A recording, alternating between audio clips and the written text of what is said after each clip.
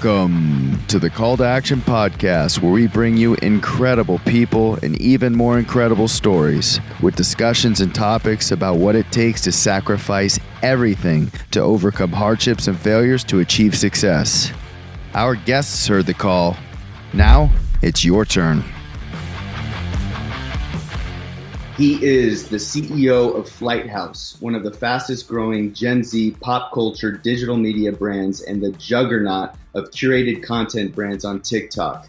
With over 25 million followers, 2 billion likes, 150 million views per month, and 18 Billboard Hot 100 placements. He is also the VP of Business Development at Create Music Group, one of the fastest growing music technology companies in the entertainment industry, and top music rights holder in the world, representing artists like Wiz Khalifa, Future, Jennifer Lopez, Post Malone, and the controversial Tekashi 6ix9ine, just to name a handful. This courageous Gen Mobile leader has been covered in articles by Rolling Stones, Forbes, and TMZ. If Shark Tank and MTV were to birth an entrepreneur, it would be our next guest. And oh, he's 21 years old. Please welcome Jacob Pace. That was a good intro. What did you say? Shark Tank and what did you say? MTV? Yeah. I like that. Dude, that was awesome. Yeah. Like you like when you do the intro, I'm like, I'm like learning stuff about myself. I'm like, oh, I forgot about that. I know. We've always gotten good feedback. We kind of deem ourselves the intro gods. Like we always put together as cool as an intro as we can. We always feel it kind of brings out the best conversation, starts it off right. So let's just stop here then, man. The intro was perfect. I don't want it to go downhill. I'm down, bro. I'm down. Same for us. But before we jump into your incredible story, we're going to put you through the brain freeze frenzy. It's a prefrontal cortex warm-up like you've never experienced. Ooh. Are you ready? Yeah, I'm going to warm up my head. All right. Let's go. What's the name of your rock band, and then the worst song you've ever created or played with them in high school? Wait, are these like true questions, or I just got to get creative with it? Well, the name of your rock band that you had in high school or pre-high school, that early stages. So what was the name of it? Because you had a band. You were in a band of some sort. Oh, so these are actual and then, yeah. I thought I had to make it up. I was going to be like, no. Like, and then what's Jacob and the Gillettes? I don't know.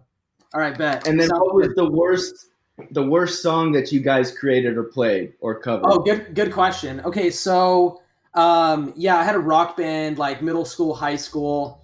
And the only band that I was a part of was this band called Lost. And I don't think we ever really created a song where it like made its way into actually being called something. But the biggest memory I have of that rock band is this one cover that we would play all the time.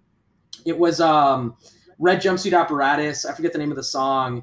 But it was like the Face Down in the Dirt. I forget. Maybe it's Face Down.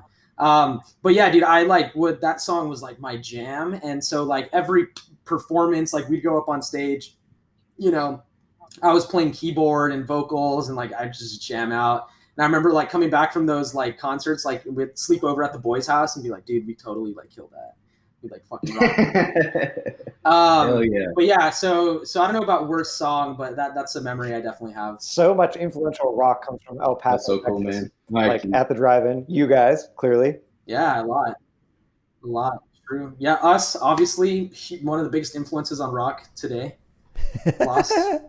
Well, I think it no doubt stages you for kind of all your accomplishments, which we'll dive into. But first, tell us what your morning routine is. Yeah, good question.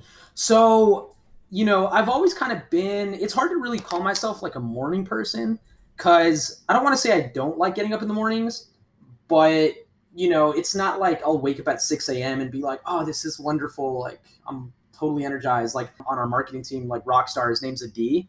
And we've had this bet as of recent where we kind of like, he's really competitive and so am I. And so we kind of like compete with each other in like really healthy ways. But we kind of have this bet where we wake up at 5:30 every morning and we have to like send each other a text to prove that we're up at that time. And like, if not, we owe one or the other lunch. So it helps to like push yourself to be like, all right, I'm gonna go to bed on time. I'm gonna wake up at 5:30. And then generally speaking, I don't really have like a super strict regimen, but like meditation is a must for me. Exercise is a must for me. If I can get in some amount of like reading or a podcast, you know, and I kind of focus. I don't really like to listen to business podcasts in the morning because I'm already kind of thinking about that stuff enough throughout the day. I like to just center as like a human being. So any podcast where we can step a little bit more into, you know, lifestyle, spirituality, I'll kind of listen to stuff like that, just kind of recenter and like get motivation for the day. For sure. And then, yeah, you know, just, you know, get the exercise out, meditation. And then as early as I can, just kind of get a start to the day, start organizing my tasks, you know, stuff like that. But I think, look, something kind of important to keep in mind is, you know, I think as you kind of grow as like a leader and an entrepreneur, you kind of want to get less focused on like the hard work and more on the smart work. And so, you know, it's like, how much can you delegate, right? Because you'll look at like I probably have like 30 tasks right now on my to-do list. 95% of those could probably be delegated to someone. I just either haven't found that person, I haven't really made that connection in my head, any number of things, right? Because it'll be like, reach out to this person, but realistically, you know what, I'm going to find their email, send them a note. So how much work can I outsource? Maybe I can train somebody to like, you know, train an intern or train an assistant to like type like I do and send emails on my behalf. So like just ideas, right? Because I intentionally made an effort last week where I didn't really have a lot of calls or meetings that day. And I was going into the office and I was like, I'm just going to take today to just focus on like creativity and communication and like just valuing those like, you know, walks, those coffee walks I have with like someone on my team and just, you know, catching up with them. Because you know, that's really, I think, as like a leader where you want to spend most of your time is less on the like, oh, let me like grind and get back to my emails and just being a lot more strategic. Because at the end of the day, that's why, you know, we're in these positions is to do stuff like that. For sure. That's a phenomenal answer, man. This is switching gears kind of quickly, and I think we lost Keith, but it's okay. We'll keep rocking. I'm sure we'll bring him back in. Yeah, but yeah, exactly. What's your favorite non-business, non-self-help, like non-productive whatsoever Instagram page? Like for me, it's kids getting hurt lately. It's so funny, man. But evil. I mean, do you have one? Evil. Yeah, a little bit. Favorite non-business Instagram page. Who do I like right now? Shoot. I see, dude, honestly, there's just these like random meme pages that like I'll come across and just follow. Like my sense of humor sometimes can get so random. Like, you know, there was this really stupid meme today. And it was like, my mom, the soup, when my mom says the soup is too hot, and then it was like the soup. And then it's like Shrek with like a 6-pack or something like that. Yeah. Like stupid stuff like that I'll find funny. But yeah, just like random Instagram pages. One of my friends, 24K Golden, he was like a big artist in the like TikTok space and beyond. He's got this meme page called Looking for Sugar Mamas. And it's kind of funny. Like they're like not private, and yeah, they just put a bunch of memes, and they're all like, why follow, you know, a private meme page when you can follow a public one? Because you know how there's all those meme pages where like, dude, it's so annoying when you have a meme and you like send it to the homie on Instagram, and it's like, and it's like can't view it. Oh. Yeah, I mean, at least a picture you can screenshot. Yeah, man. When it's a video, I'm like, bro, you're literally gonna make me screen record this, or I'm gonna. And then they're like, what is it? Yeah, I'm just like, I'm over it. Never mind. Thank you, 24K Golden, for giving us a meme page that is public, doesn't go unnoticed. Shout out 24 Gold memes page. We'll link that in there. All right, Keith, number 4, hit it, bro. What is the most successful singular TikTok that Flighthouse has produced in terms of views and engagement? We produced an episode, I think it was of either Dance Charades or Finish the TikTok Lyrics with Charlie and Dixie, and I think it got close to 50 million views, if not more, at this point. Seen it. Yeah. Wow. You've seen it? Oh yeah. Well, we've seen a lot of your content. Oh, nice. In fact, we didn't realize how much of your content we were watching until we realized we were watching your content, and then it was like, what? Oh, how funny! Impressive, man. Yeah, people are always like, "Yo, I see your stuff on the For You page all the time." I'm like, I wish I could see it. I never see my stuff on the For You page. It's impressive, man. What's the last thing that you did that you're glad that nobody saw? The last thing I did that I was glad nobody saw. I had a sprinkles cupcake last night. It was bomb. Oh, nice. Yeah. I tripped and fell running the other day, and that was pretty embarrassing. So yeah, it was late at night too. But I don't know, man. I'm not really like super. You know, I kind of like watch what I eat sometimes. But yeah, that was definitely one of those like guilty pleasure moments. Do you have one of those vending machines by you? No, I wish. That one's in Beverly Hills. Is it? I postmated them though. Oh yeah. Oh, So, even more cupcakes. What is your favorite music that you've recorded that you've been a part of? Recorded like myself? Yeah, favorite music record. Favorite music record? Dude, honestly, I'm gonna have to point to probably like Skrillex for like really influencing like the reason why I'm in music today. Oh really? Yeah, for sure, dude. Love like Skrillex. because Skrillex like inspired me to become a producer when I was 14, and after producer slash DJ, and then that led me down like a whole, kind of like wormhole into just, just music business and music PR. So yeah, I mean, he's definitely one of my faves. Music I've recorded, I DJ now for fun. You know what's interesting though? I've had a lot of fun. Yesterday night, I've tried to get like more into just relying on my gut instinct more, and just like whenever I have an idea or like a thought or something I want to say, just saying it and not really like second thinking it. Within reason, of course. Which I mean, most of what I want to say isn't bad anyway, just so everybody knows. But I cannot ditto that. Say it. Yeah, right. But anyway, so last night, I was chilling at home, and I was gonna DJ, and I was like, I wonder if I should go live on Instagram and just like start DJing. And I was a little scared at first because I was like, people are gonna think I'm like trying to be like all cringy and like a DJ and stuff. And I was like, screw it, I'll just do it.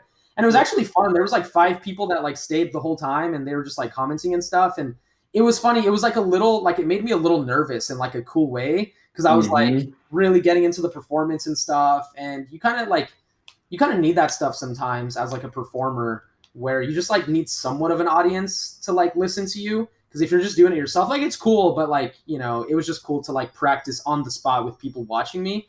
And, I think even just going back to like the early days when, we'd be like practicing with our band or whatever, and, go on stage and kind of perform, like you had those feelings of like being nervous. And like, those are just such cool emotions to feel, where it's like, it's just a cool feeling to have. Like, it's not a bad feeling.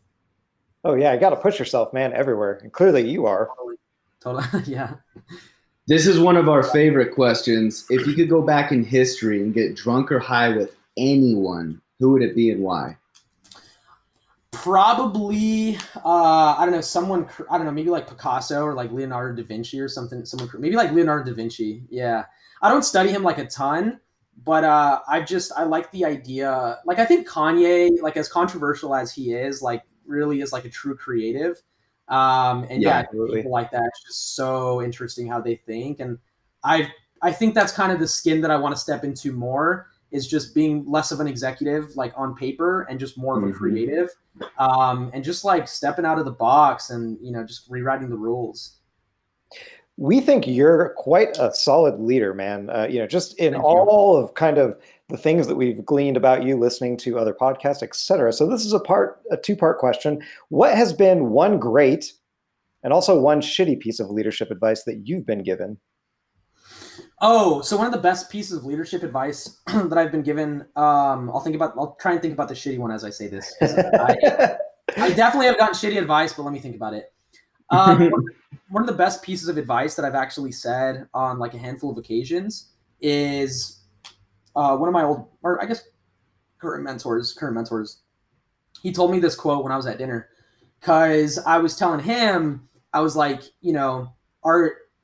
there was this narrative that's kind of pushed when I first came to LA, as like I was around a lot of people, and company leaders would be like, oh, we're a family. And that narrative would kind of get pushed like from leadership down, from employees back up, and like, oh, let's go out and get drunk together. We're a family. This is so fun.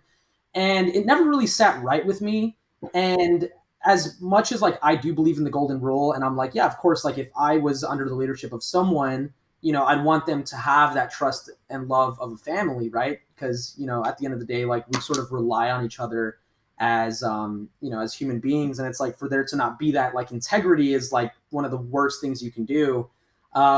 So my mentor was like, he was like, what I used to tell my team is I'd say, hey, we're not a family, we're a sports team, right? And we're out there to win championships, and we do love each other, but at the end of the day, we're all practicing and we're working on improving ourselves. And what makes that love for life is the championships that we win.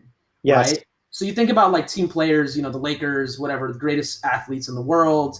And yes, like they're not a family, they're a sports team, because that the reason they play that sport is because they're trying to get, the championship, and they're trying to win that. And when you do win those like huge, when you get those huge wins, you're like, damn, dude, you're my brother, or you're my sister, whatever it might be, right? And you just create those bonds. So I use that, like I've probably said that like twice in the past year, just when it feels right to the team, just because I think it's a good perspective. Amen. Very well said, and it's very true, and it's something that we take to heart even here at CTAP.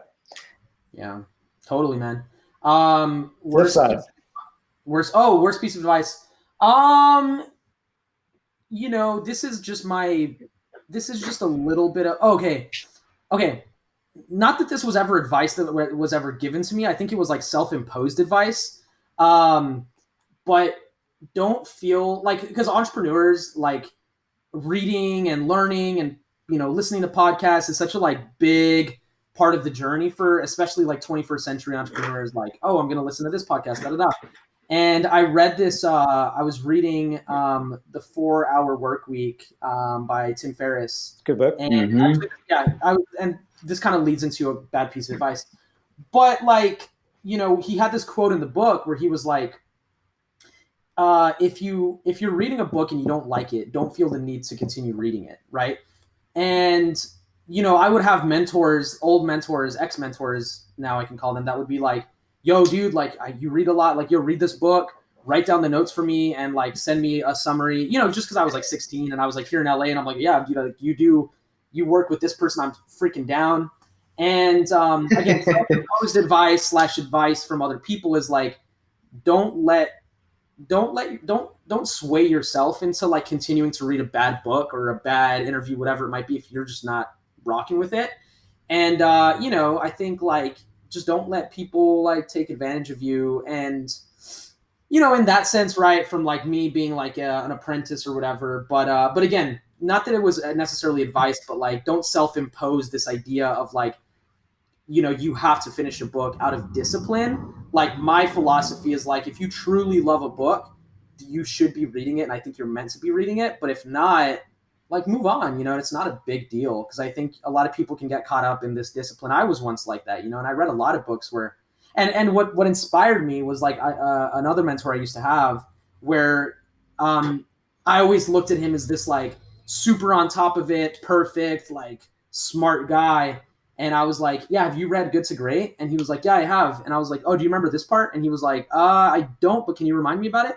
And it was kind of one of those like human moments where it's like, yo, just because you've read a book doesn't mean that you got to know every single thing, like line for line, lesson for lesson. Like you can forget shit. It's just part of being human. It's fine. So I think just not putting that pressure off yourself, again, self-imposed advice, not necessarily advice I got from anybody else.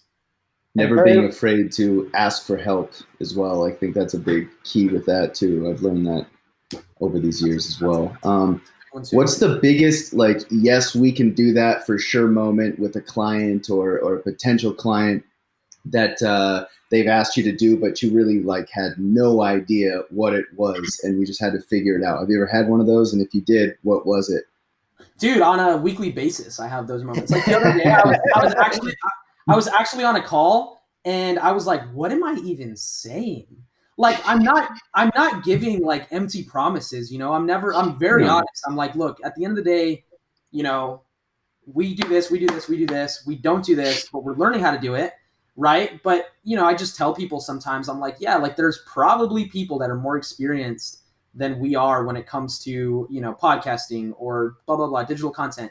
And I'm like, but look, if you're partnering with us, you're buying into us as a team. So I want you to believe in us as a team because we've had a history of not knowing how to do something, but figuring it out. Yes. And I tell them that. I point to other projects and successes that we've had. And so, that happens on a weekly basis. I don't want to like name particular projects for the sake of but there's been, on a weekly basis, the amount of opportunities and pitches that come in where I'm like, again, I'm not saying like, yeah, we 1,000% can get 10 million views on that, but I'm just kind of like, especially when it comes to new sides of the business that like maybe I'm not familiar with, I'm just speaking more from like passion and hard work and, you know, a little bit of experience of like, this is why I think we're the best fit for you. You know, like you might be able to go to someone else, but, you know, we're going to have a lot of soul and we're going to have a lot of curation specifically into what we do, really. Right. And so that's what I try and sell. And you guys have a lot of soul, and that's your competitive advantage every time, to kind of learn, figure out what worked, what didn't,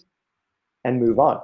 And on that topic, what is one of the best things you've learned about yourself during quarantine, and one thing you've allowed yourself to splurge or be relaxed on? Yeah, good question. Oh, so yeah, two answers kind of come to mind of that pretty quickly. One Sprinkle. is like, yeah, sprinkles, obviously. That's what I was gonna say. In my mind. No, I think what quarantine, not a lot of people know this about me, but I've been a little bit vulnerable about it. Like I think I have a little bit of social anxiety, you know what I mean? And a lot of people really wouldn't guess that. I think I'm baffled as to how there's people that have zero social anxiety. I don't really think that's real in my opinion. Like you always gotta have a little bit, just like a little bit. Like I read this book about social anxiety, a really good book, and it was saying how everybody has a little bit of social anxiety, and if you don't, like you're essentially a psychopath. And again, bold statement, but all it's saying is that like, and again, nothing against narcissists, by the way. Like I could maybe even be a narcissist and not realize it. I have no idea. But like it was saying that, you know, people that have like zero social anxiety, it's because they lack empathy, you know, usually, right? And you know, I always tell people this about, you know, social anxiety, because there's a lot of socially anxious people that are like my age, older, younger, especially the younger you go, the more socially anxious and like depressed sometimes, across like a number of different reasons. But, you know, what I tell people that have social anxiety is like on this book, it was basically saying that like, look, because I just want to connect with people. Like I really do want to connect with people. Like that's my drive, right? My goal, my driving force. And even coming down to like me being at an airport, I'm like, I want to say something to this person to the right of me, just to like say something to them because I like feel like I want to, you know? And the thing about that though is like generally speaking, when you're socially anxious, the reason you put that pressure on yourself is because you want to connect with them to an extent, right? Because if you didn't want to connect and you didn't care to connect, you'd probably be super introverted and like not care about connecting with people. So social anxiety is kind of a good thing because it's like it shows that you want to connect with people and that you have empathy and probably a lot of it. You know what I mean?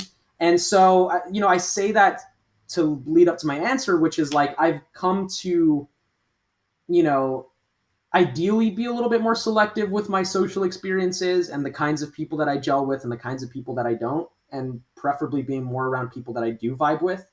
Because before quarantine, I was saying yes to everyone. Like someone would be like, yo, let's get dinner. I'm like, yeah, I'm down. Yo, let's get drinks. Yeah, I'm down. And every single night it was like, I got to go meet with this person. I got to go meet with this person. I just didn't have a second to like catch up or take a breath. And so, you know, now I've tried to be more honest when someone's like, yo, let's get dinner. And I'm just like, yo, dude, to be honest, I'm just like super swamped. I have like a crazy amount of priorities. I kind of want to get through this first, but let's touch base. And I'm not promising dinner to them. I'm going to see how I feel in a week, but that's just, that's how I try to approach it, you know? It's respectable. Splurge wise, I started playing Fortnite during quarantine. Oh, there we go. Here we go. You should start streaming, man. You should start streaming. Yeah, dude. It was a lot Let's of fun. go right now, guys. Yeah, you know what? We're going to quit the podcast. No, I'm down. Squat up, baby. Squat up. I've gotten pretty good, though. But if I do say so myself, and I do. I've gotten pretty good. 1v1 right now. Yeah, exactly. We'll see. Go head to head. No, I've gotten pretty good, and like it was just, you know, video games are weird though, because I used to be like super into them, and then when quarantine hit, like me and some of my friends would get on and play, and then as of recent, I've just been like super busy, and I'm like, I'll try to get into Fortnite, and like all I'm thinking about is like, oh, I got to do this, and so I need to kind of be in the right mood. But definitely when quarantine first happened and everyone was kind of like at a standstill and a little bit more confused, yeah, I like got super into Fortnite specifically. That was my splurge. Nice. Hell yeah, man. Well, congrats. You passed the brain freeze frenzy. I hope our that gray matter's all warmed up, ready to go. But kind of to transition like right into what we were just talking about, like especially during this downtime, as we were saying, you know, a lot of people are just trying to find purpose. And with you and your story, your early years, like leading up to where you are, did you always have this drive to like be this leader or be in a leadership position with a company, or did you like take early steps in your high school years and whatnot to kind of like get you to where you are? Yeah, good question. I mean, I've always like loved entertainment and just like all the aspects of it. I would listen to podcasts in high school. Like I was like really into that whole space for a minute, like the Hack the Entrepreneur guys and, Smart Path, all those guys, like super into them. And, I was also really into like entertainment and music and DJing and producing and being in rock bands. And so like, yeah, I've just always loved this stuff. And I mean, I think leadership positions, you kind of need to approach, in my opinion, like I'm super big just on like authenticity and just like staying true to who you are, right? Like the other day, and I hope this is a good example, I was at like a BLM protest, and I heard this guy like, there's all these people like, Black Lives Matter, and everybody like repeats it or saying any number of like chants, right? And the type A leader in me is like, oh, I want to like say that chant and like do this thing. But don't get me wrong, like BLM, super important. I think it happened for the better, obviously. But when it comes to people that take on those leadership positions, I think it's important for that to be authentic to you. Like, I don't want to say this as like absolute advice, but like, don't feel the pressure to take on a leadership position if it's not authentic to who you are and what you want to do, right? There's just going to be some stuff like, for example, I've been a part of like, Toastmaster groups before. Yeah. And I've taken on leadership positions for the sake of just like doing it. And I think it's good practice. Again, not an absolute answer. Could I put my heart and soul into it? No. So what are the things that you can put your heart and soul into? And that's how you're really going to find your DNA as a leader. And it's just going to be second nature to you. So to answer your question, I mean, like, yeah, it's always been in me, but I've never been the kind of guy that's like, oh, we're doing a school project, I'll be the leader. Like, I'm just kind of willing. But here's another piece of advice too, right? And this is, my dad told me this, and he's like, he studies a lot of like just Eastern, Western philosophy, stuff like that. And it's kind of a Western hemisphere thing to do, like a very American thing to be like, I'm in control of my destiny. I can get whatever I want. I'm going to go out and get it. And Eastern philosophy tends to be a little bit more like, I'll let it happen and I'm going to go with the flow and whatever happens, happens. And I think you need to find a good balance of those two things in life, because I don't think it's healthy or productive or to approach a situation and say, I can control all the outcomes that happens in this situation. Right. Sometimes shit's just going to happen and you got to be ready to like listen to it and just let it happen. And that's a super hard thing for me to do even to this day, because like, for example, I don't know, I'll put it to you this way, right? Like I might be like, yo, team, let's think of ideas. Like, let's think of the next big idea. And then I'll be getting coffee at like I don't know, random idea. Not that this has happened. I'll get coffee at a coffee shop and the barista is like, oh, have you ever thought about doing this? And I'm like, no, but that's brilliant. And then I'll think to myself, like, we should have thought of that. We should have thought of that. We should have thought of that. Like, we need to get into the flow. But it's like, I think if that happens, it happens for a reason. So that's why you got to like balance putting out, but also just taking in and just be okay with that. And I think as like type A's, you can get very, you really want to control everything, but you can't, Yeah. Get wrapped up in your own thoughts and your own control issues and whatnot. Yeah, man. Because you can find inspiration just about anywhere, like I think that's the beauty of it, is like that ebb and flow of taking control, but yet letting control like help guide you in a way too. And just life happens, right? And even just like as a leader, listening to employees, dude, like, yes. I don't like, I am not, trust me, man, like, I'm not the good person that's like, I bring in a lot of opportunities, don't get me wrong, and I give a lot of ideas, but it's your job. It's my job. But there's also a lot of ideas that come from the team that have come to fruition just because I'm like, yeah, that's dope. That's sick. We'll listen to it. We'll hear it out. And, it's like, I think people tend to look at the leader as like, oh, so you're the visionary behind all of this, right? And it's like, no, there's a team. And there's also a lot of ideas that come from the bottom up, and that you don't necessarily as a leader, like, don't feel like you got to like always be coming up with the next new idea. Like, yes, that's your job, but there's also so much bubbling underneath that you got to just listen to.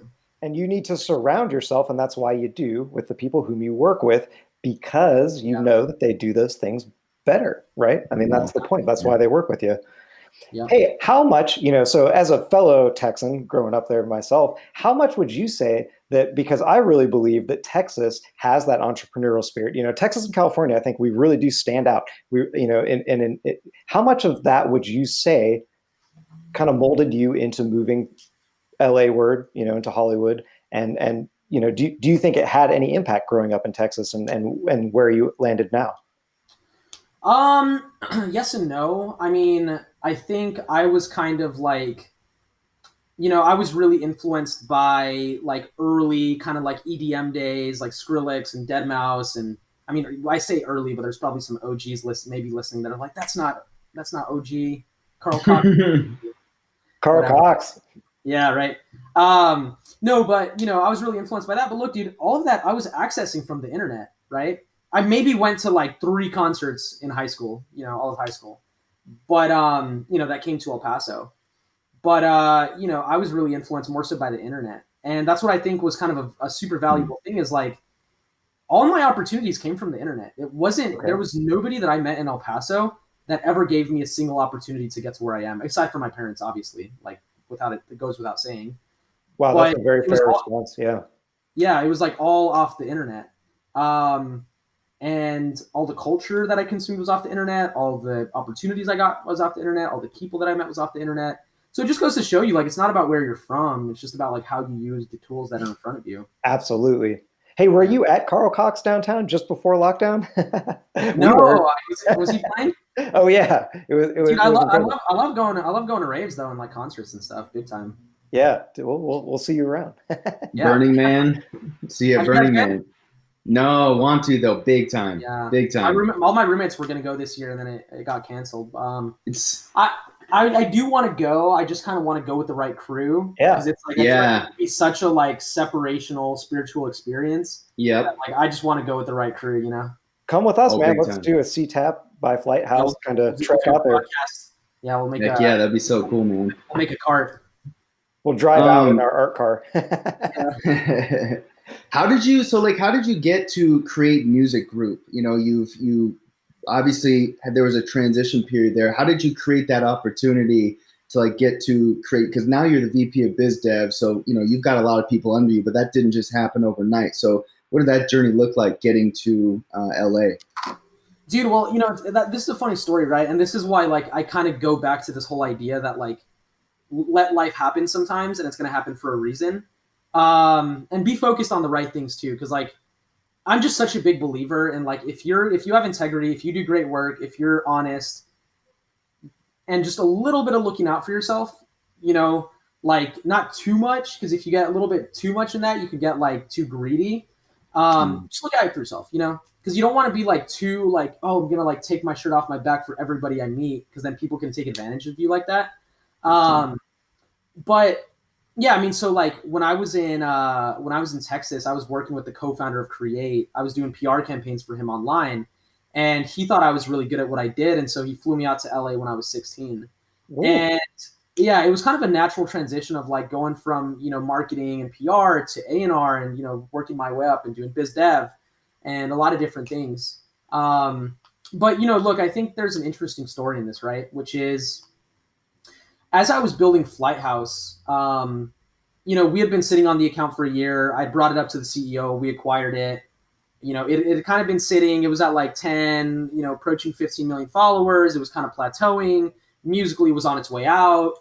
And so, one day to the next, I was like, yo, there's like real potential here. I want to try and turn this into something bigger.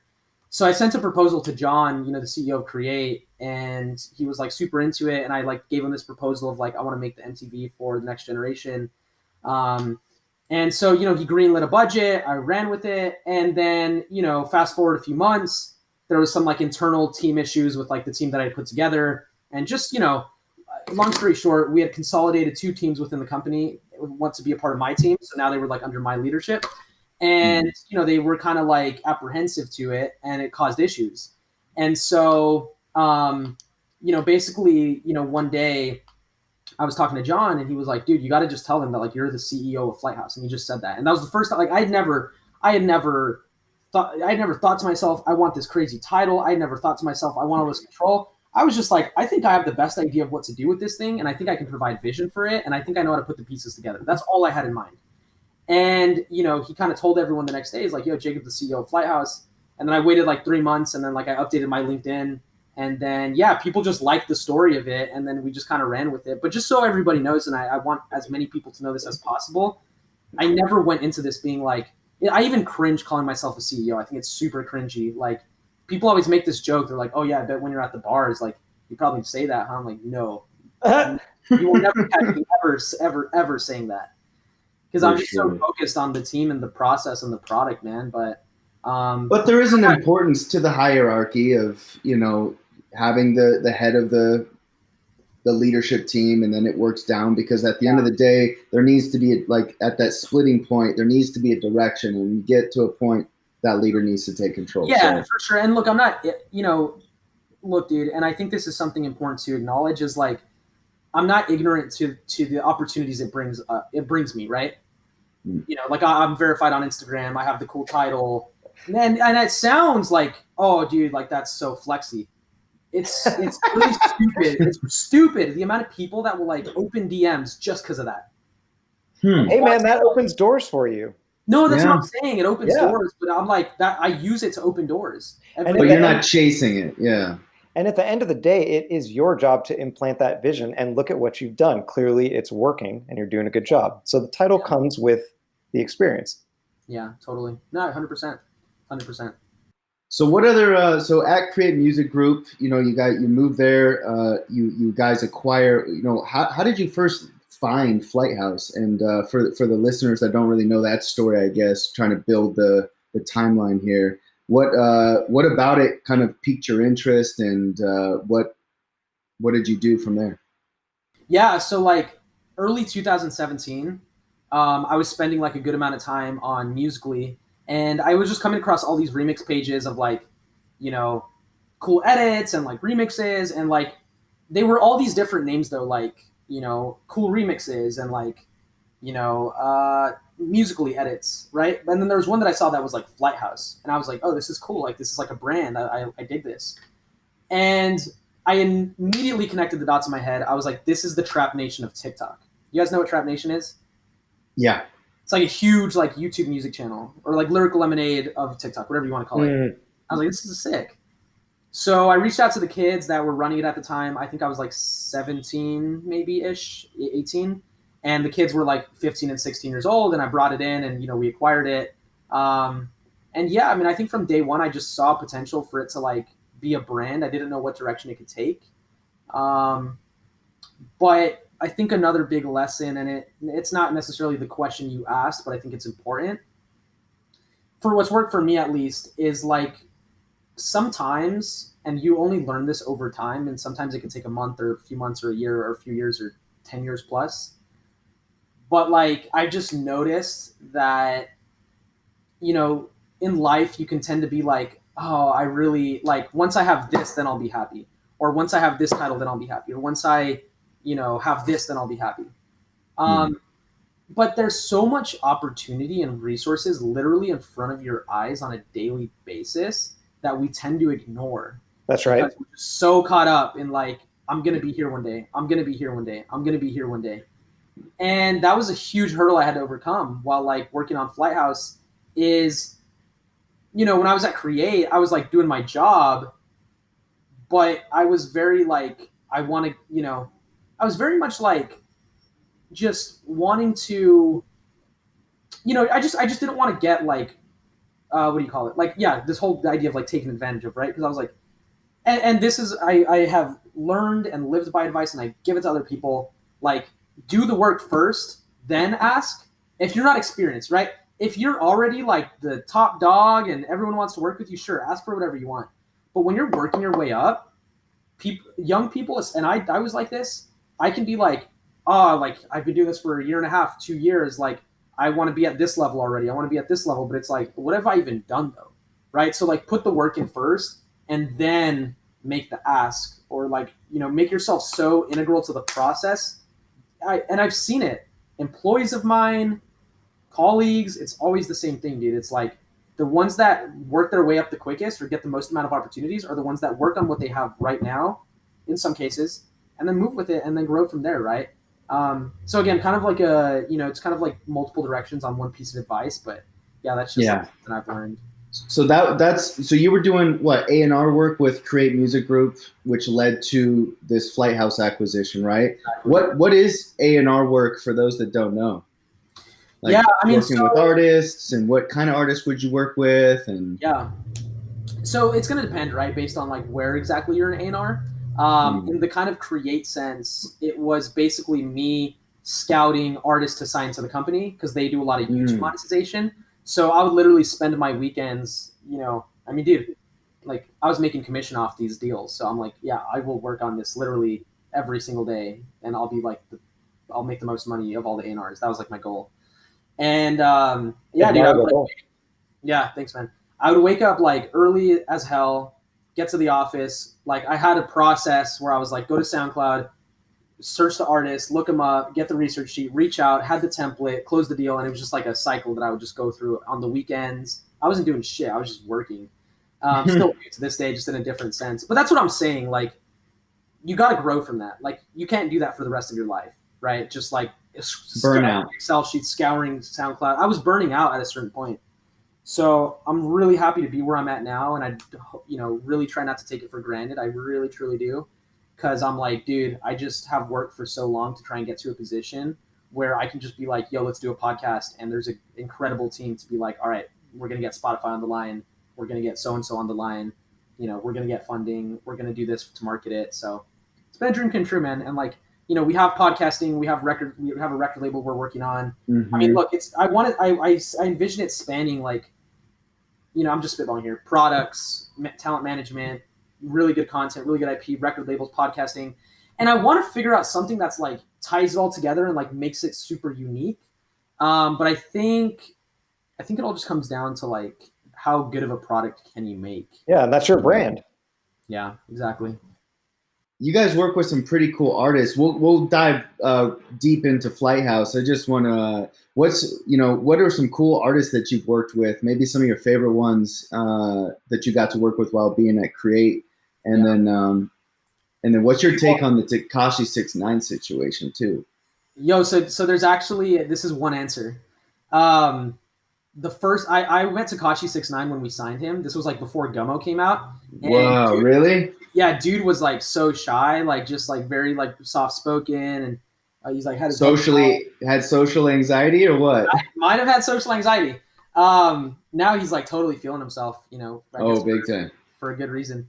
But yeah, dude, like we went to go get coffee, and we went to like Starbucks, and I just remember this was like 2017, like around the time when like SoundCloud rap was like a big deal, and I just remember at Starbucks, we were walking because our office at the time had no meeting rooms, and just like heads were turning at him, like they were like, "What the heck? Who the heck is this?" As far as what I make of it, I mean, look, like, it's a complicated answer, right? Because I think he knows what he's doing as a marketer.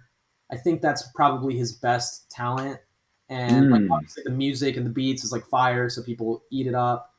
But he's controversial, he's definitely controversial. I mean, like, just, for reasons we don't need to get super into, but it's all online, and so I think just as a result, it makes it hard to like fully associate, one's self with him. Yeah. But I mean, I think he's like a genius when it comes to marketing. I think he knows what he's doing. Big time. He almost proves that there's really no such thing as bad publicity, because he's probably made too much money off of this recent release of his latest singles, I think. So, well, and it's also like, I mean, dude, and I remember somebody told me this like a couple years ago, but we were talking about, we were talking about Chance the Rapper, and I think who else? Like, it was like Chance the Rapper and like, who could you throw into the opposite end of that? Like, okay, think about Chance the Rapper and 6ix9ine. 6ix9ine gets locked up for 3 months. He's not losing any more branding opportunities. He's not gaining any more branding opportunities because he's already made his brand. He's already dug his own hole. Again, not in a bad way. Chance the Rapper, people like that, squeaky clean image, gets caught doing one thing, closes like 20 brands off to work with him. So people like that need to be so careful with like how they interact. And like Dave Portnoy does a pretty good job at it, in my opinion, as an entrepreneur, because he literally went on Instagram video and he was like, "You guys are trying to cancel me for something that I said 2 years ago or like 5 years ago." He's like, "I am uncancelable. I'm telling you right now, I am uncancelable." He's like, "It's ridiculous. Like, what are you're gonna say?" Da, da, da, da, da, da. And the way he handles it, it's like the media can't shit on that dude. It's true. Yeah, and that's a big problem happening right now. The cancel culture, man. I mean, you say. It's in the tech scene. You know, Keith and I were just going over this morning because we have a Dimension Software like YouTube learning channel where we teach, software design because that's what our day job is, and then everything in between and like everything tech.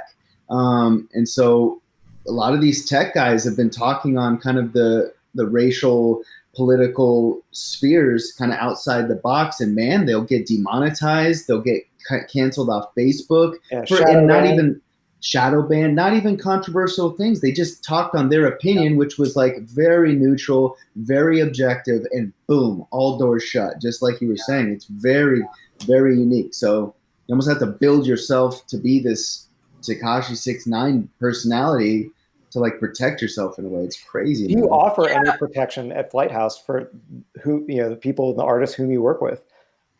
What's that? Do you offer any sort of protection or any kind of guidelines really for artists whom you work with? Yes and no. I mean, like, we don't really have like a network of like exclusive talent. And so it's like anybody that comes in, is going to be totally independent from us. So it's like we have no control over their brand. But there's been times where we've actually canceled shoots just because someone gets a little bit too controversial before they come in. But again, we're not like, it's got to be bad. Like, it's got to be really bad for us to like do that. And like the times that we've done it, it's because it is actually genuinely bad and like very loose cannons type of people. But yeah, I mean, the interesting thing about cancel culture is like, people always say this thing of like, if everybody's canceled, then nobody's canceled, right? Because what does that actually mean anymore? Right. And I can't even imagine what it's like to experience something like that. But from what I've seen, unless you're like, Harvey Weinstein, Epstein, like those guys were doing some like really messed up stuff on like a super large basis.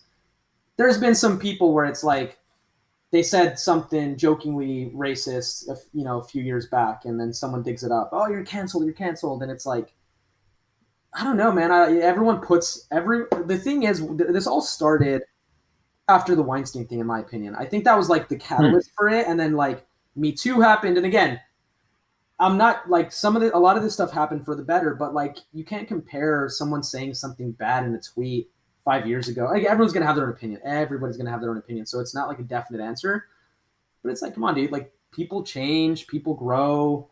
Like, isn't that the truth? Yeah. Like, what about the amount of good that this person is doing? Right. Like, yes. And that's what's like, brought me to like, just, look back at like the stuff that I posted when I was like 12 years old on Facebook or something. Right. And it wasn't like anything, I've looked back at it. It wasn't anything like super bad, but it's just like, there's so like, especially as a teenager, man, like some people could argue, oh, you're 14 years old, you should know better. And some people are like, he was 14, like he didn't know any better. So you're going to have opinions. Always. But, I'm really passionate about the whole cancel culture thing. And I don't know exactly how to approach it, but that's why I look up to people like Dave Portnoy for what it's worth. I'm not saying that like everybody needs to be like him, like stay true to who you are. But, at the same time, like there's just too many of these incidents where people, creators, whoever, it's just like one incident happens from 6 years ago. People take their word for it. And then it's like they're just getting so much hate for the next month. And I think eventually people forget about it. But I mean, I think the reality of it is like us here have our jobs. Like we don't care to throw, cast stones at people. It's like, it's pointless. Yeah, you have a very rational take on this. You have a very, very sound logic kind of behind your decisions. Yeah, thanks. Yeah. And like, here's the biggest problem.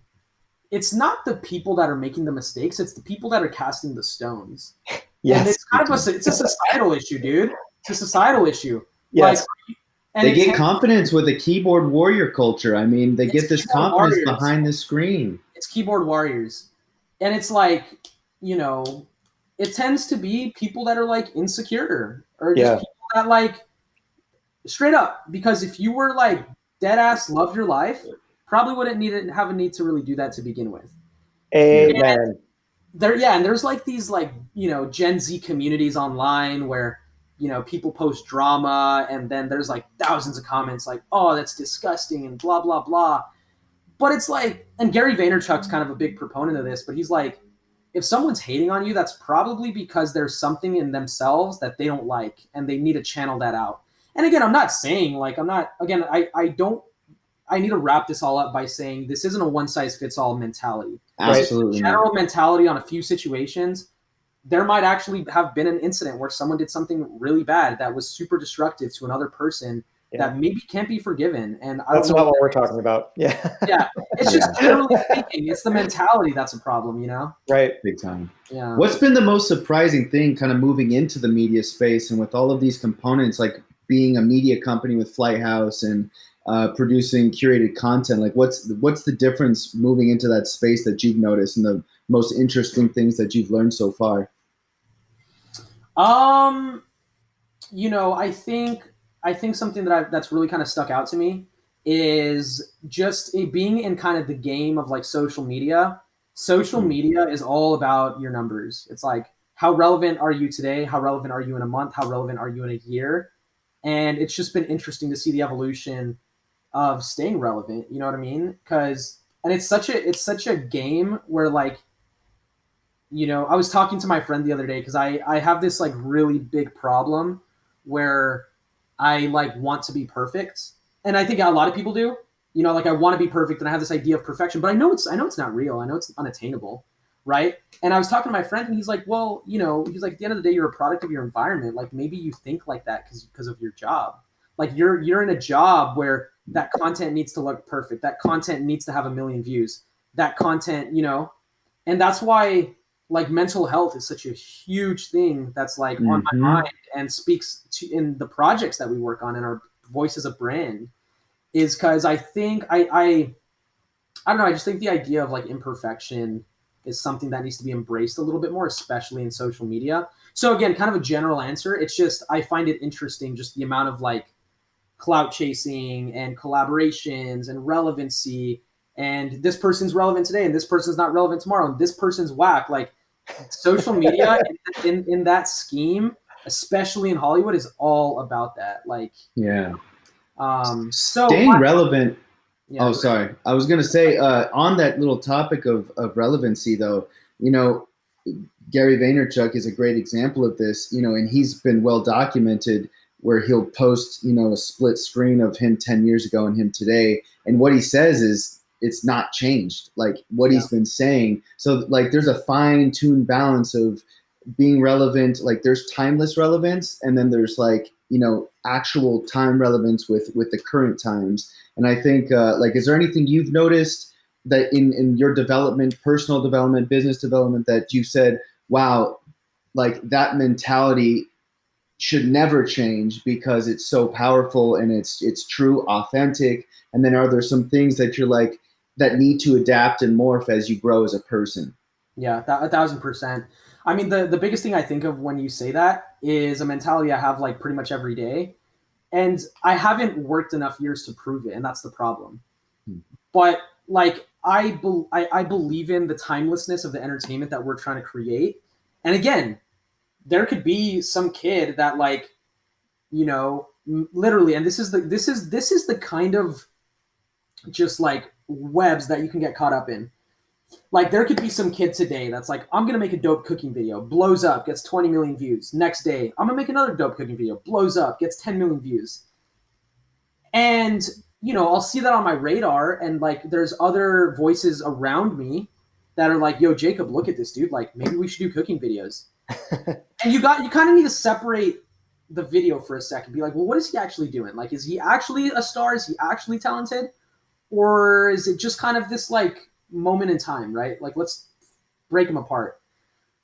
And like, I think something, and this is going to sound like a little kind of like old heady, because this is kind of like like people always give like older executives shit for saying stuff like this. but they're like, oh, it's not about the data, it's about the gut, you know, like a lot of like old A&Rs say that. And it's not, it's a balance, right? Like yes, data is important there, and there's a room for data, but there's also just some projects where you're like, I feel good about this and I'm going to do it. I might be wrong. Yep. But let's find out. And this is the mentality I try to approach everything I do with, is like, how do we stand the test of time right now and in the future? Because, you know, there's a lot of these projects where it's like quick flash in the pan successes. And then, you know, you kind of hear this feedback of like, oh yeah, like it's big, but it's cringy, or like it's big, but blah, blah, blah. And that's why we just try to like balance the two, where it's like, yes, we do need to collaborate and stuff like that, but how do we maintain that like integrity of our content and what we put out?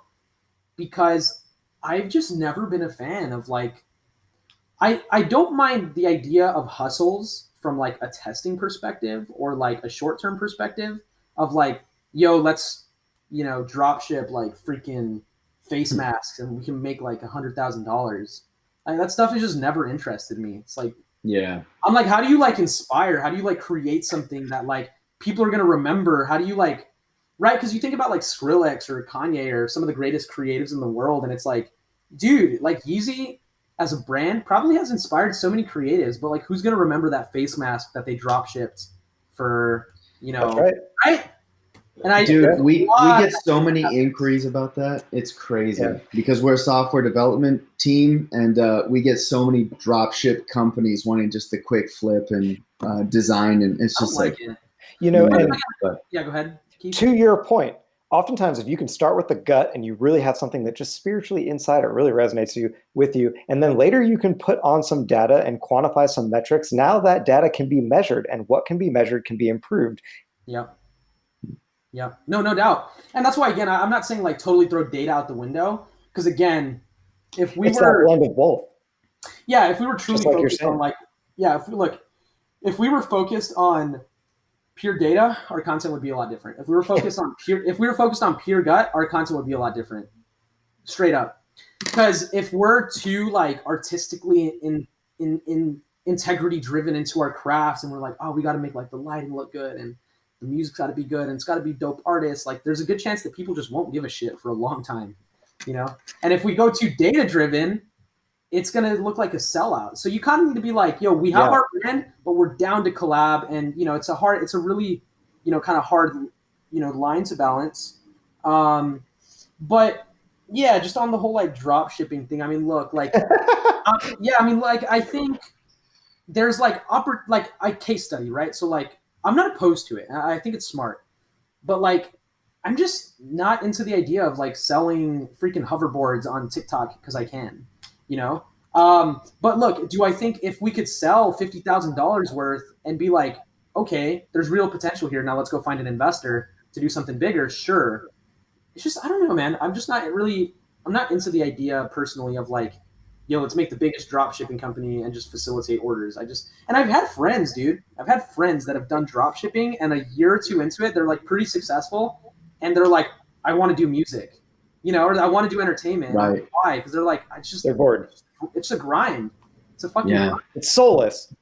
Soulless. Can be. I mean, you kind of need to separate it though. Like, I think if you could have a business like that from a straight just business person perspective, if you could have a business like that, pay somebody a salary to run it and just make cash on that, like for sure, amazing. But like, I don't know, to put a lot of your like hours into something, like just be passionate about it. It's probably people that are passionate about drop shipping though, for all I know. How often is Flighthouse kind of behind either a product or a service that you're marketing? A good amount. I mean, you know, we have an agency side of the business where we collab with like labels, product companies. It's all white label. No one would ever know we're attached to it. But yeah, I mean, you know, we try to be the best in what we do. And I think, you know, we've started to push this narrative at Flighthouse that like we're a collective of creatives uniting together for like, I don't know, common goal, let's call it. And I like that idea because it's like, if we want to do products, we can do products. If we want to do a label, we can do a label. If we want to like, you know, I just think there's a lot of like creative juices flowing that are like, let's try this. And it's all having to do with digital, right? but yeah, I'm just not ready to like put us in a box yet and be like, we're a media brand. I still think that's like not really encompassing of what everything we do. How does Flighthouse help brands grow on TikTok? Like what let's say someone has a brand or a product, like they come to you, what does that look like? Yeah, I mean, so, brand approaches us and, basically says like, hey, this is our goal, hop on a call with them, understand what they want to do, and yeah, just execute based off that. So that could span original content creation, that could span like marketing campaign with a song, and it could span branded content on our page. It really just depends on like what they're looking to do, and we try to just, help meet them in the middle. Jacob, you are so young and so full of ideas.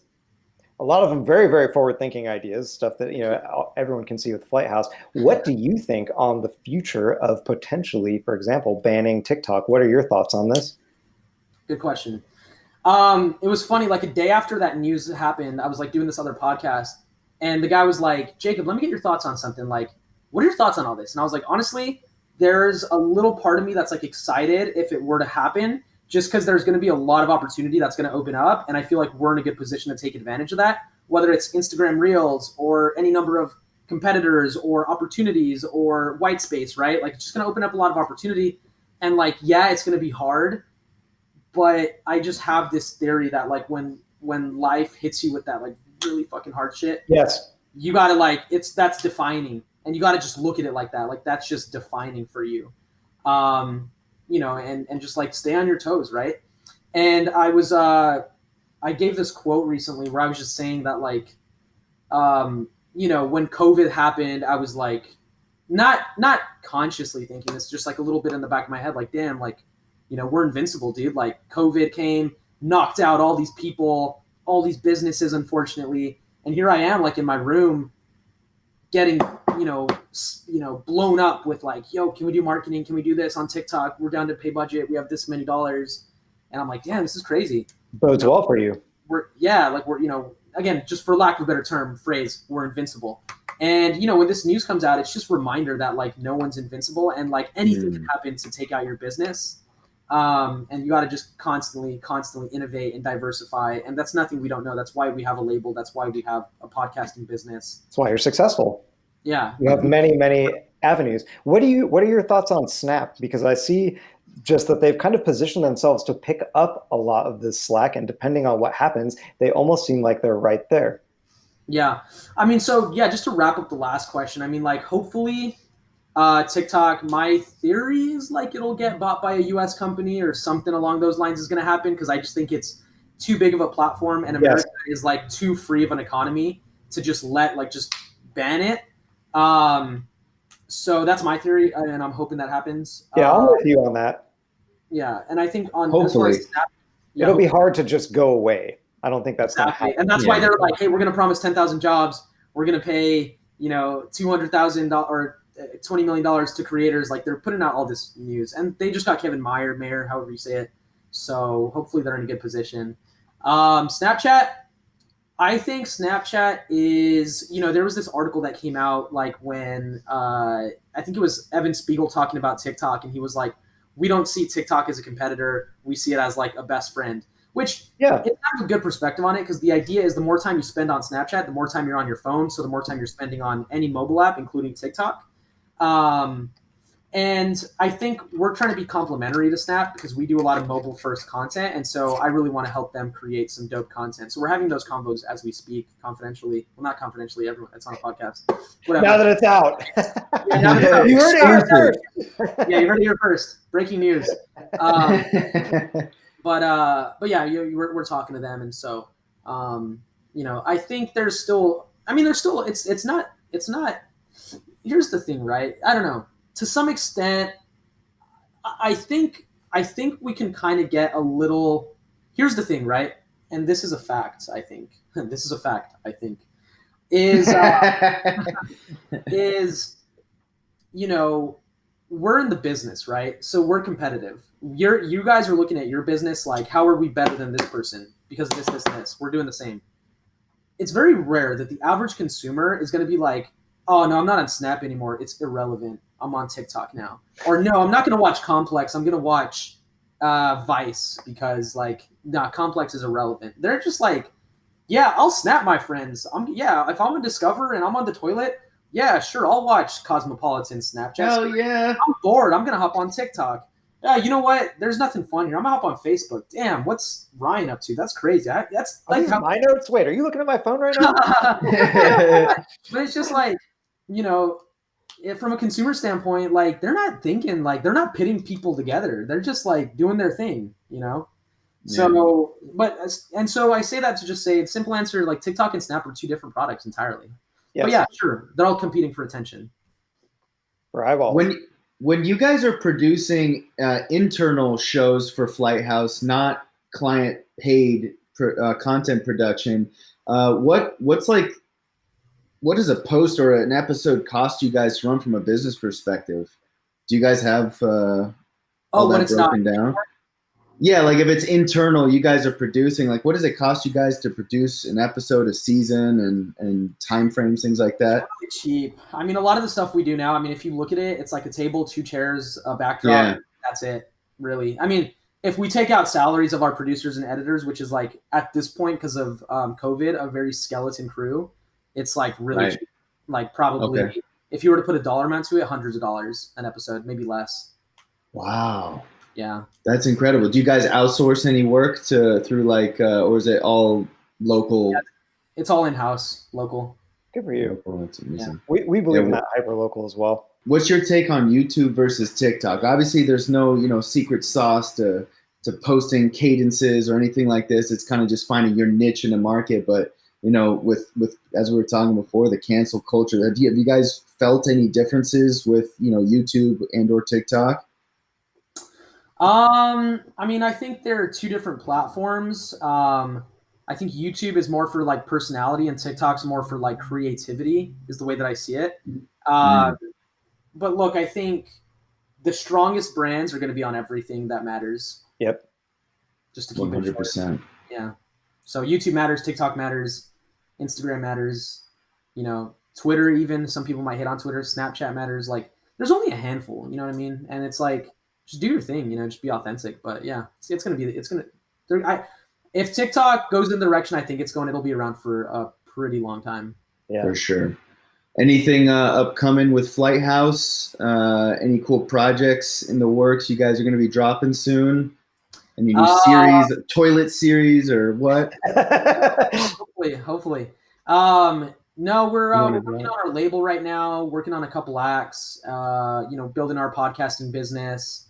What are you guys talking about on the podcast? What's the... So we actually struck an exclusive partnership with this company or this podcast called Teenager Therapy, which is like the biggest mental health podcast for teenagers. So they get about 50,000 an episode right now. And yeah, they're pretty sick. And yeah. So do we, bro. So do we. Nice. But yeah, they're just they're really dope. They have like a dope niche. And yeah, we're just excited to like build their brand and bring it to fruition a lot more. And that's what I'm saying, dude, is like, I don't know. I'm trying to be about quality, not quantity. Like just let's build Teenager Therapy to be like the fucking sickest it can be. By the way, I just remembered my mom listens to all my podcasts and she hates when I curse. But I'm like, come on. Like it's not that big of a deal. And what the fuck? Yeah, and she's like, I just never hear you talk like that when you're around me. Is that how you talk with your friends? And I'm like, no, but sorry, Mom. Anyway, we can bleep that out if you want. Yeah, right. No, but I'm excited for that. So yeah, just diversifying, awesome. And I think just the number one goal is just building the brand as like strong as it can be. Roughly, how many folks are over at Flighthouse? We have 20-ish right now.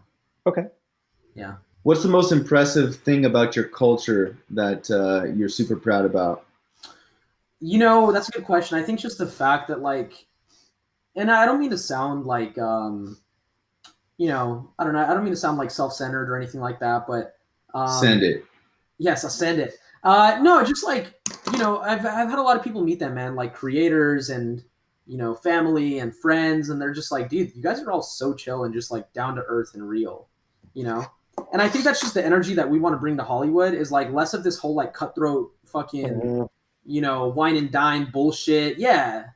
and like not all about this, like you got to like know what you're talking about and be calculated and, you know, be the loudest in the room, but it's like, just like be yourself and just contribute and have fun and have good ideas and speak your mind, and that's it. And like you guys, like I can bring those guys anywhere and they're going to get along with everyone, you know, and they're just like down to earth ass people. So I think that's like what I'm most proud of. Wonderful. Can you leave our listeners who either wish to start a company in the future or are currently building one out right now of their vision of the world with a few pieces of advice and or wisdom that they should be focusing on to kind of best accomplish their goals, especially right now? Yeah, I mean, you know, anything that's worth getting is going to take time, I think, right?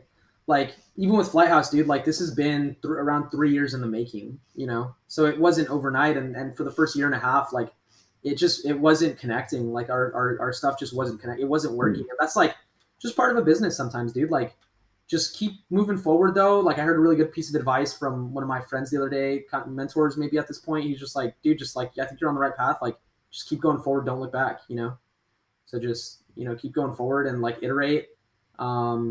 You know, nothing's ever going to be perfect, but yeah, just like follow your gut instincts. And, you know, like Nike wasn't made in like a day. Like Nike's where it's at because it's been around for decades. So, you know what I mean? Like it's not, and you know, look, as a company, it's all about like relevancy, right? Like you look at Amazon or Apple, Google, they're all fighting to be relevant. That Google wants to be the number one search engine. Apple wants to be the number one supplier of, you know, smart technology. Amazon wants to be the number one e-commerce thing. And people associate, and I'm learning this, by the way, people associate age with relevancy. Like the older you get, the less relevant you are. But it's not true. Because if you can look at that in the right way, the older you get, the more relevant you can be. It's just really hard. Right. And that's like look at Nike, look at Disney, there's companies that have been around like longer than we've been alive. Right. And it's just, you know, and it's not like people think of like Supreme and Off-White, but even those brands have been around for longer than we think. Yes. So, you know, and some of the most timeless brands were built by brilliant minds in their 40s, 50s, and 60s. True. Yeah. I mean, that's a huge thing, man. I mean, you know, some people aren't successful until they're 60. Yeah, totally. But I also think just like, you know, yeah, I mean, I think it's a hard curb to get over, but like just, you know, to try and eliminate fear as much as you can out of your life and just like send it. Cause when you send it, it's not as bad as you think the outcome's going to be. It's like, it's all irrational in our head. You have a wonderful attitude and a very positive outlook on everything, you know, and that is what's contributing to your success. Appreciate that. A quote I always like to think about that reminds me of it real quick is that, you know, it's never as good as it seems and it's never as bad as it seems. It just is what it is. And so, you know, as you were saying, when you send it, it's going to be just what it is. Just don't block out all the externals. Yeah. And like last night I was talking to my friend and, you know, we were just talking and I was just saying like, cause like long story short, like, I mean, it's a crazy story, but like, you know, send it. Yeah, send it. But long story short, like there was like a hit and run that like we were hanging out and then someone like hit her car and like took off and we didn't see it. And she was like super upset about it. And then like she slowly got over it. And, you know, we were just chatting and I was like, you know, trust me, dude, I've had quote unquote bad stuff happen in my life, but we were just talking about philosophy and, you know, outlook. And I was just like, I mean, you know, look, like, because this happened, this is going to open up like a whole domino effect of chain of events that's going to occur, right? And you never know what's going to happen at the end of all that, which is why you can't really look at it and say this is bad because you don't know what's going to happen after. Like you could break your toe and go to the hospital and meet your best friend, and that's the doctor or the nurse there, or learn something, right? So you can't like, and again, I just so you guys know, I'm not like this, you know, monk that's like super perfectly minded and like headstrong, but I think it's true to just like look at stuff and be like, it is what it is. And I'm just going to, you know, make the best of it. And I think the more you can like viscerally feel that, the happier you're going to be. He's a courageous young man, wise beyond his years, and a dangerously effective leader. He's leading the curated content revolution on TikTok. He heard the call and took action. Remember this man's name because you may be working for him one day. Jacob, thanks for coming on our show, man. We appreciate your time and sharing your story with us on CTAP. Thanks so much, guys. Appreciate it.